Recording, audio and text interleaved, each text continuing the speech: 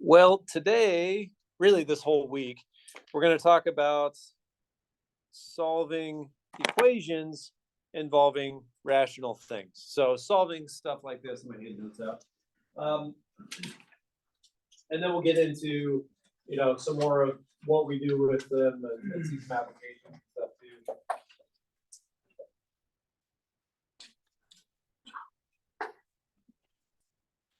But for today and tomorrow, we'll pretty much be doing.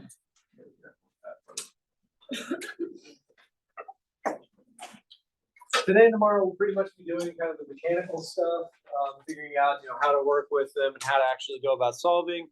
And then Thursday and Friday, I think we should kind of be at a place where we can just spend a lot of. Yes, I think I have one more. Yeah. And then Thursday and Friday, we should have a good amount of time to just kind of work problems and practice and whatever. So now we're taking rational expressions, right? So fractions, variables in the denominator. And rather than just look at the equation we're trying to solve, solving still means find value or values of x that make this true, right? One thing that we're going to need to be aware of, though, as we do that, is that all of the domain issues and vertical asymptotes and all that stuff that we've been talking about the last few days still applies, right? It's kind of all still going on in the background. So when I look at this, for example, this term, excuse me, would be undefined if x was 2. So this term is not going to exist if x is 2. And this one would be a problem if x is -2. And this one will either 2 or -2. So whatever else happens here,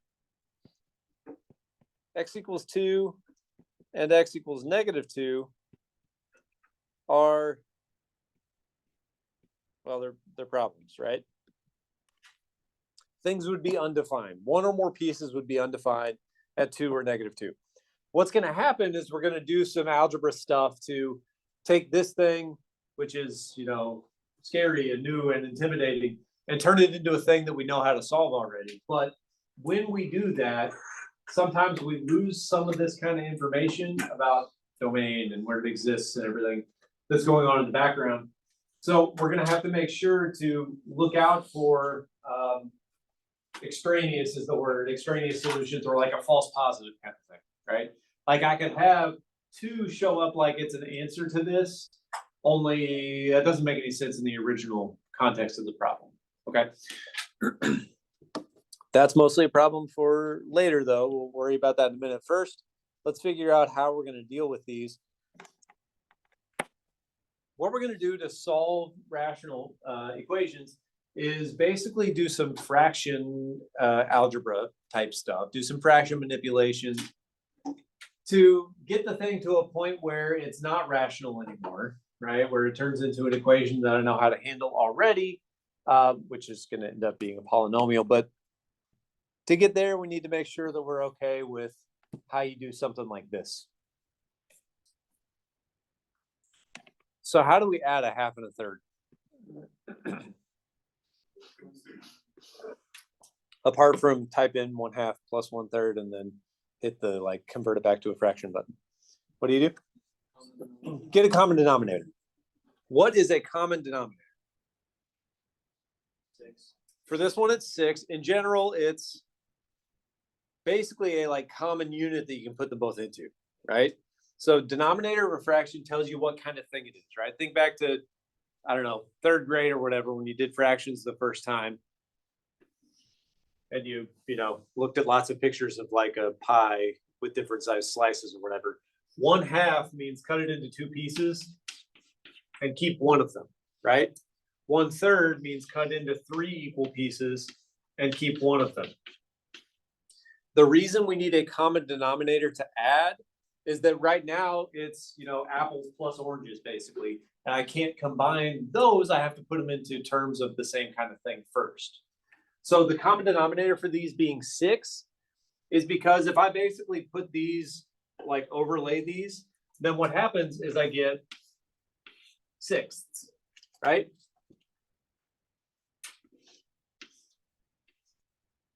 That's the smallest that I can, if I've already cut the pie in half, the smallest thing I can go to that I could also get to from a third would be 6 slices, right? That's the idea. So how do you actually get there if the LCD here is 6? How do we use that?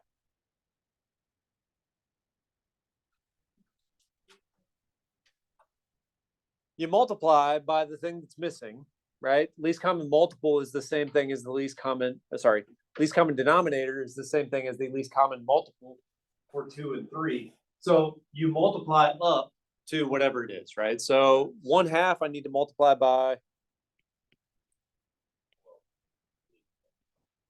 3 to get from 2 up to 6. I need to multiply by 3, right? And if we do that, I have to do it in top and bottom so that the pink fraction, right, the conversion factor thing, that's just 1. So I'm not changing the value of anything. I'm just rewriting it, right? Okay, and same thing here, but I would need to multiply by 2 over 2. Okay, so we do that. I get 3 over 6 plus 2 over 6. And then how do you actually add them? Just across the top. Because we're totaling up, right? I've got 3/6 and 2/6. If I add them together, I take these two and put them right here. So we get 5 of them, right?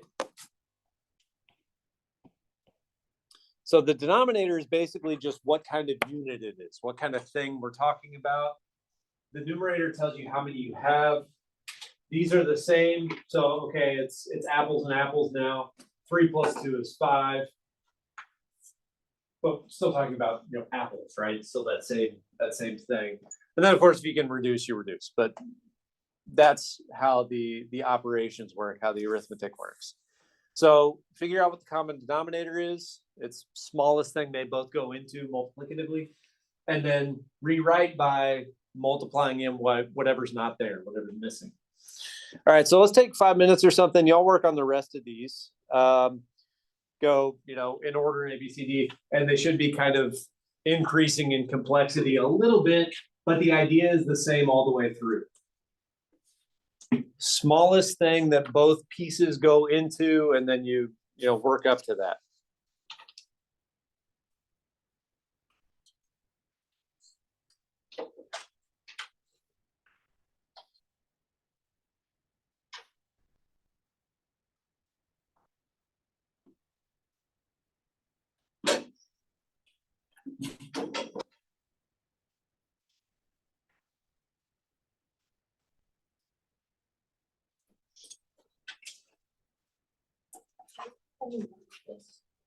Exactly. Yes.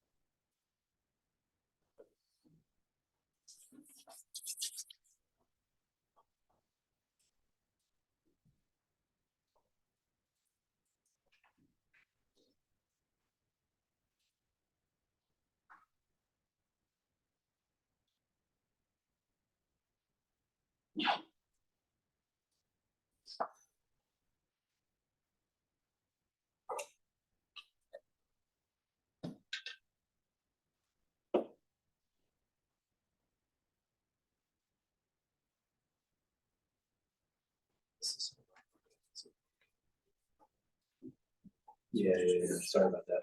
I'll have that up after class. Yeah, I decided at the last minute that I wanted to rewrite a bunch of stuff, but I forgot to actually post it. Yeah.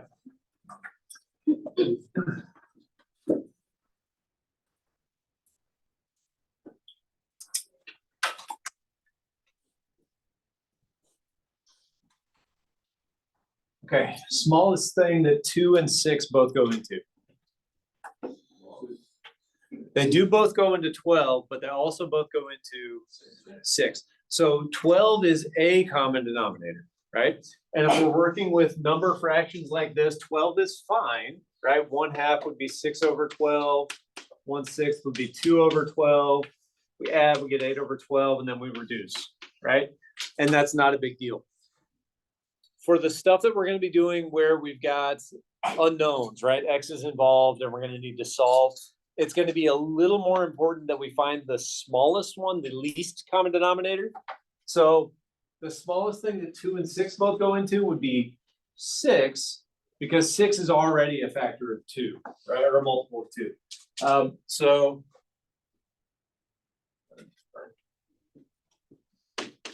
one half plus 1/6. That's 1/2 times 3, right? Is 6. So really, all I need at minimum would be to multiply this by 3 on top and bottom, and then we get them both to 6, and then we're good to go, right? Okay. Again, for number stuff, using 12, use 24, use 48. Like, it doesn't matter, right? It's going to be fine because you're going to reduce it out later. For stuff where we're working with x's and we're going to have to solve later, that's going to make life harder. So that's the only reason that we want to try to find the smallest one. Okay, so the least common denominator is 6. That's the smallest thing that I can sort of take them both up to. Multiply by what's missing. So 1/2, we would need to multiply by 3 on top and bottom. 1/6 is already there. So 3/6 and 1/6 is 4/6, and that's 2/3. Okay, everybody gets 2/3. Feel good about that? Okay, great.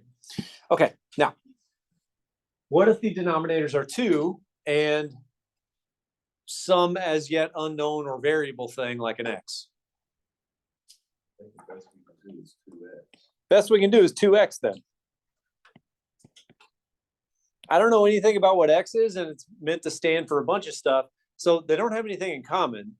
Well, a way to find a common denominator is always just take what you have and multiply them, right? And that's how the last one you would have gotten to 12, right? It's just that there's a smaller one. Well, without knowing more about x, I don't know if there's a smaller common denominator possible, but this definitely works. So 1/2, I would need to multiply that one by x in the top and bottom. And 1/x, I would need to multiply by 2. So x/2x, 2/2x, and then if we add those together, we get x plus 2/2x. And just a quick reminder, nothing reduces or cancels here, right? Because to be able to reduce stuff, you have to be able to take it out as a factor. So yes, there's a lot of stuff that looks similar in the top and bottom, and like you almost go on autopilot and want to just like cross stuff off, right? But none of these cancel because 2 is not a factor at the top, neither is x, which means I can't take them out. Best we could do in terms of algebra stuff would be to basically just reverse what we just did, right? You could split them up and then reduce those, but we intentionally combined them. Okay, everybody good so far? Okay. How about this then? Now they're both variable things, right? Denominators are x and x minus 2. And without knowing more about x, I can't really do anything to, change those. We're just kind of stuck with what we have. So we might as well think of these as thing A and thing B or something, right? Like we can't really do anything about the details. It's just you got this one thing and you got this other thing. So I'm even going to scribble out the details so we're not tempted to look at them too much. I think the best we can do is just X minus two. We have to be able to multiply stuff in that's missing to change it, right? So that X minus 2 that I have to treat as a whole thing, there's no way to get the thing that's here, right? The 1 over X. I can't make that look like X minus 2 by multiplying stuff into it, right? Does that kind of make sense? So the best I can do is, if I've got blue thing and I've got orange thing, best I can do is blue thing times orange thing if they don't have anything in common. Does that make sense? Like there's, part A, part B. All I can really do is take A times B without knowing more about, what they are. And I can't know more about what they are until later, right? So the least common denominator then is just the product of these two things. So it's X times X minus 2. In some sense, like everything needs to be sort of included, right? Or covered up in that common denominator. This is the smallest thing that I can use to rewrite both of these fractions using this idea of kind of multiplying in what's missing, right? So 1 over X, to get to the common denominator, I would need to multiply top and bottom by X minus 2.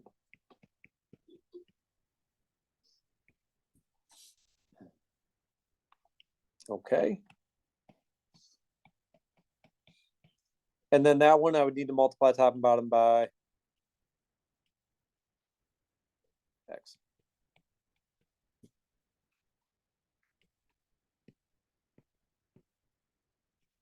So this would become X minus 2 over X times X minus 2.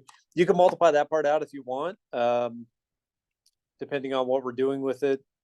A lot of times we may not necessarily want to, because looking at the factored version, I can see some stuff about it a little more easily, and then just add, right? So what's that? 2x minus 2 over X times X minus 2. And again, I don't really see anything that would reduce, because if I take the 2 out, this is actually a factor of X minus 1, right? So that's different than the thing that's in the denominator.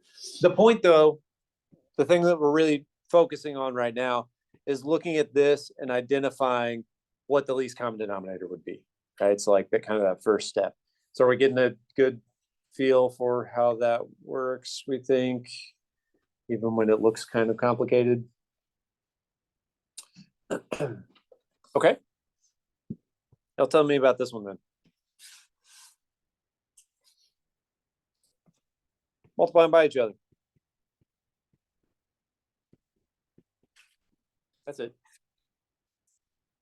There's an X plus 2, that's one kind of thing. There's an X plus 7, that's a different kind of thing. They don't have anything in common. I can't factor either of them down any further, right? Or break them down any further than they are. So their least common denominator is just the product. So 1 over X plus 2. We would need to multiply by X plus 7 in the top and bottom. And then the other one, multiply by X plus 2 top and bottom.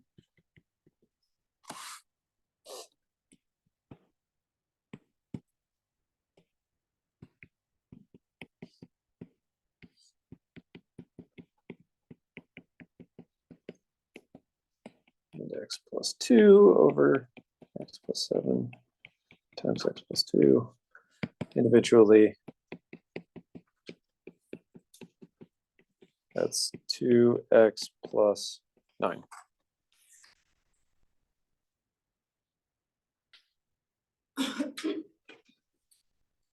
Okay.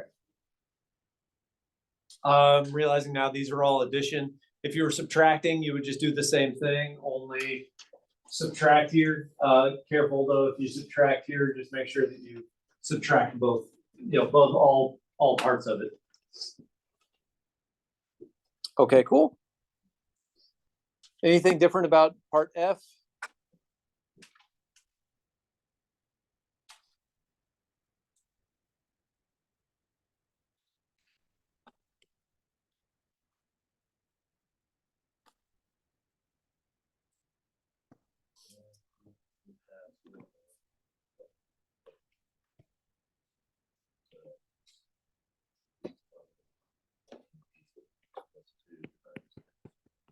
Yep.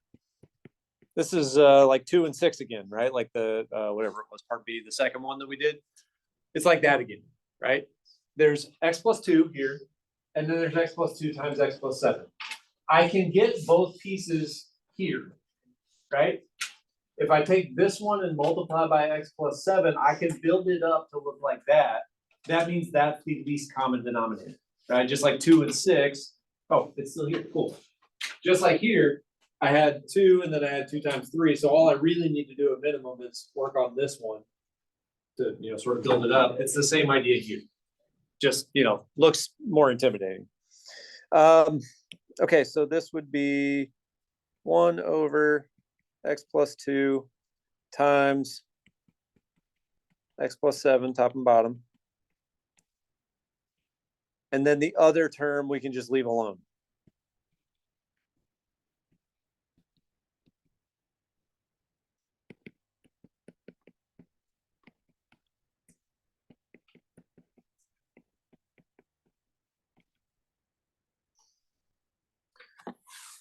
And then that's 8, right? X plus 8.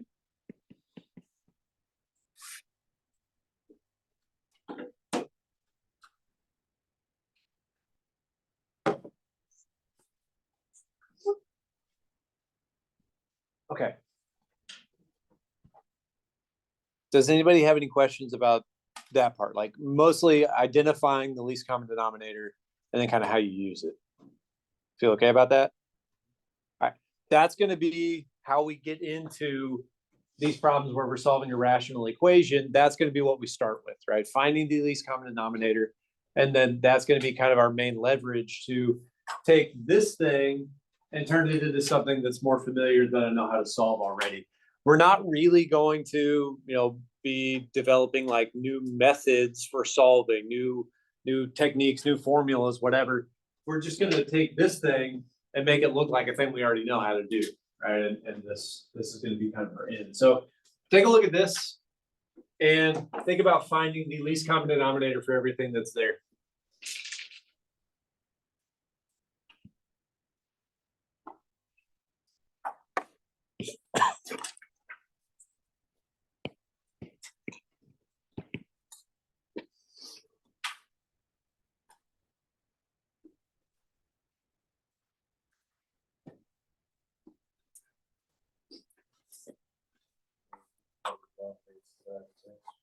Plus 2 and x minus.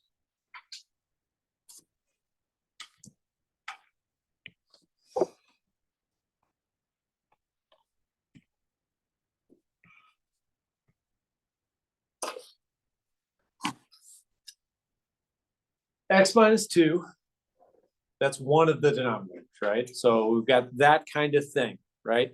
We don't typically write them if it helps you. That stuff acts like it's grouped anyway. So, you can write parentheses there if that helps you like see things, but we've got x minus 2 as a factor. We've got x plus 2 as another factor. What should I do with this?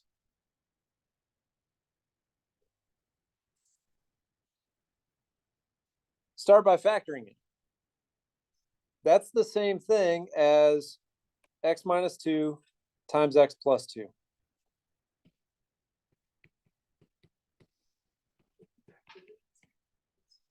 Do what? What do you mean? So if we just left it as x squared minus 4 and we factored out all of the rows, so every one of them is x squared minus 4. Yes, right. Yeah, yes. I'm doing this to help, sort of recognize what the least common denominator is. In a way that you can, kind of check probably it's going to end up being the product of these two things, right? So you can, check that. Just take those aside and multiply them. That's x squared minus 2x plus 2x, which cancels, minus 4, right? Yeah, we don't really need it to be, factored. We just need to see what needs to go into the least common denominator. So what's the LCD here? X minus 2 times x plus 2.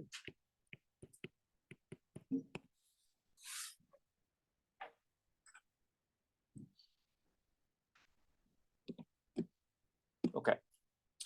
This is another place where, again, it being the least of the common denominators is going to be helpful later on. If I just, took it without, took the original thing without thinking about it too much and just said the LCD is x minus 2 times x plus 2 times x squared minus 4, right? Like just multiplied them up. That's not the least common denominator. It is a common denominator. But what's going to happen later in the rest of the process is going to be more difficult because there's a lot more stuff going on here, right? Okay. Now,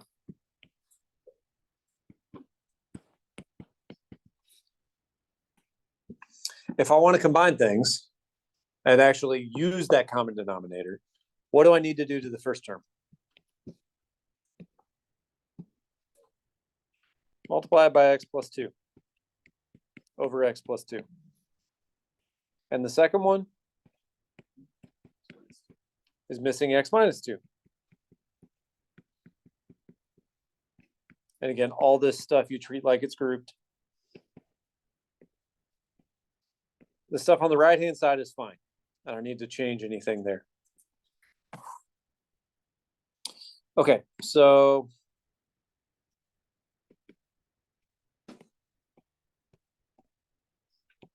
I know there's a lot of stuff to write down here, so if you want to just kind of hold off for a minute.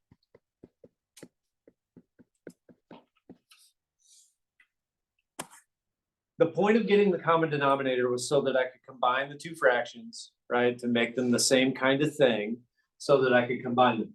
So once I've got that, this says that they're, well, whatever x times x plus 2 is of those, right? Plus, that's this plus 1 times x minus 2.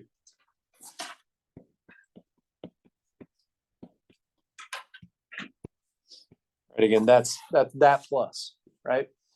We put them both over a common denominator so that we can combine them. That's how you combine them. But look past all of the, like forest of symbols and stuff that's going on. What do we actually have?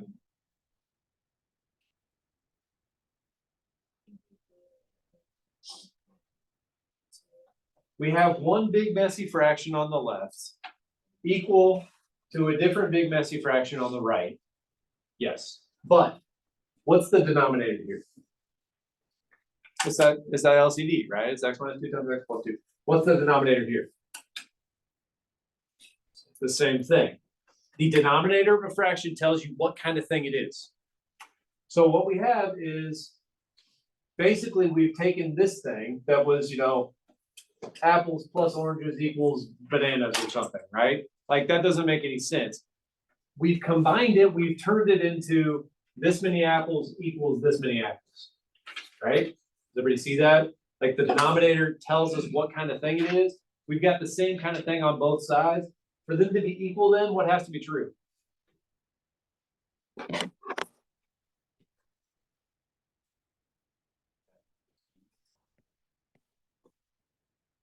That equals 8.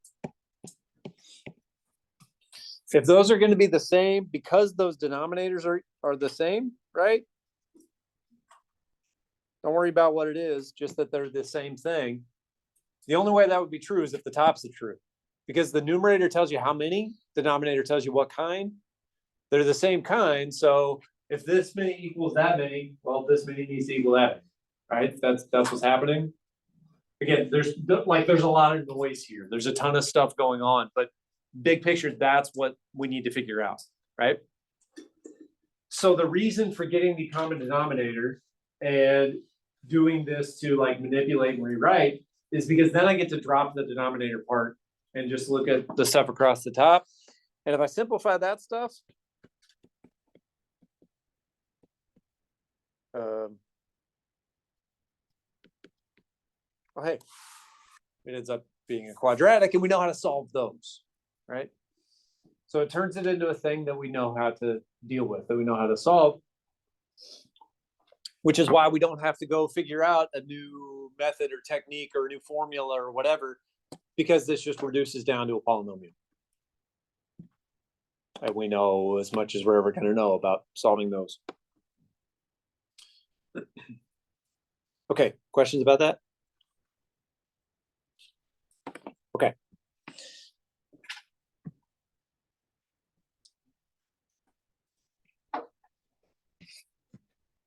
Now, real quick, here's another way that we can kind of think about those middle couple of steps.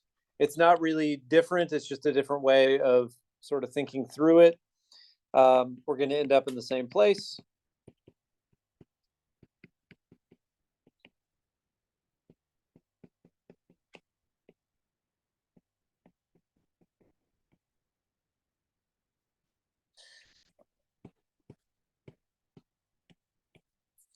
If I take and multiply each one of those by x minus 2 and x plus 2 by the LCD,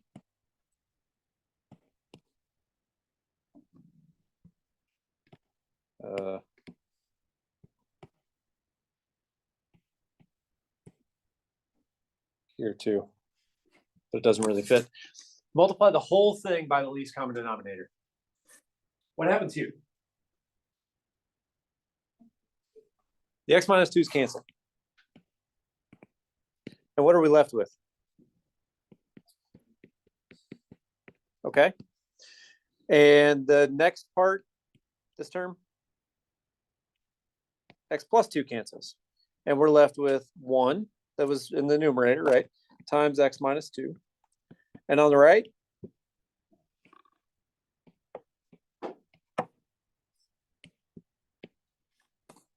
eighth. And that's it. And then if I do the same kind of simplification stuff, I get here again, which means I have the same quadratic to solve. It's quadratic, so I get everything to one side. The nice thing about finding the least common denominator is that you find a thing that has a lot in common with the denominators that you started with, right?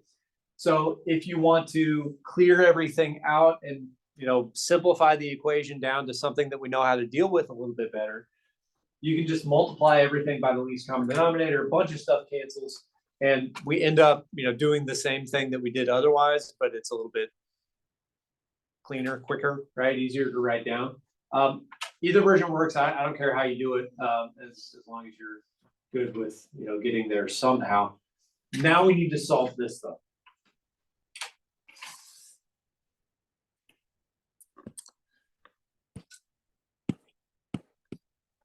So how do you want to solve that? Okay, it does factor into x plus 5 times x minus 2. Or you could use the quadratic formula. And what do we get?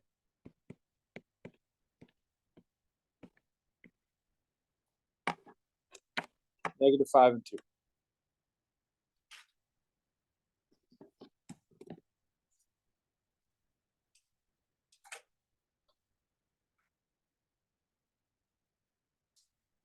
Whatever happened to the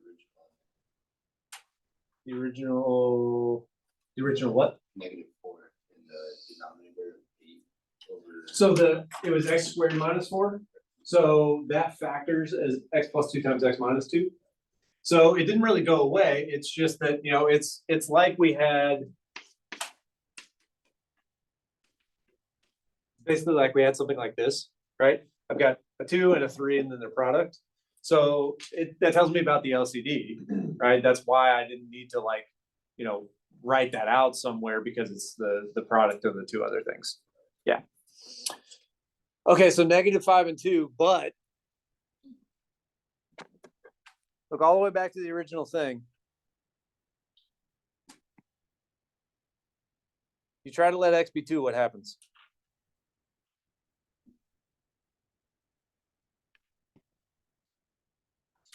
Two minus 2, which is 0 in the denominator, which is bad.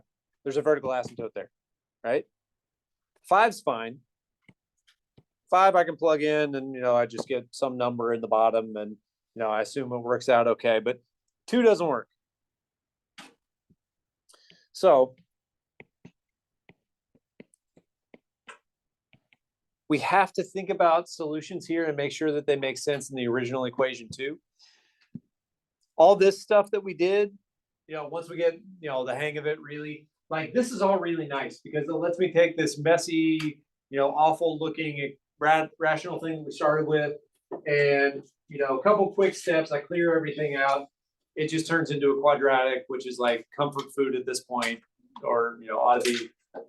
But the cost of doing that is that we lose track of some information and we get this extraneous or like false positive solution at x equals 2. The answer to this, the solution is x equals -5.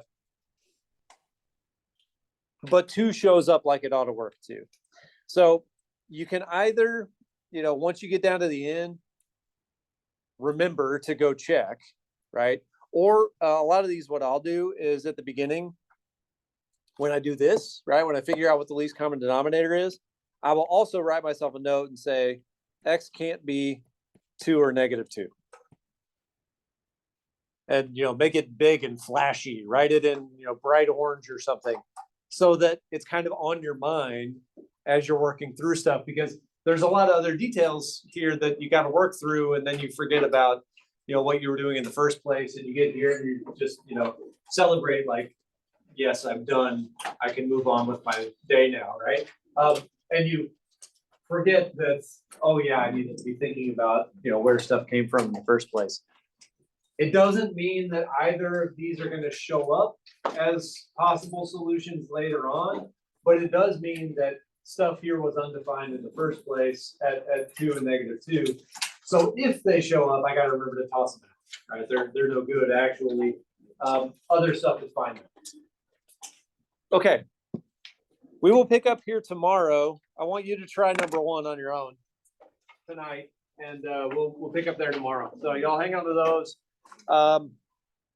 If you have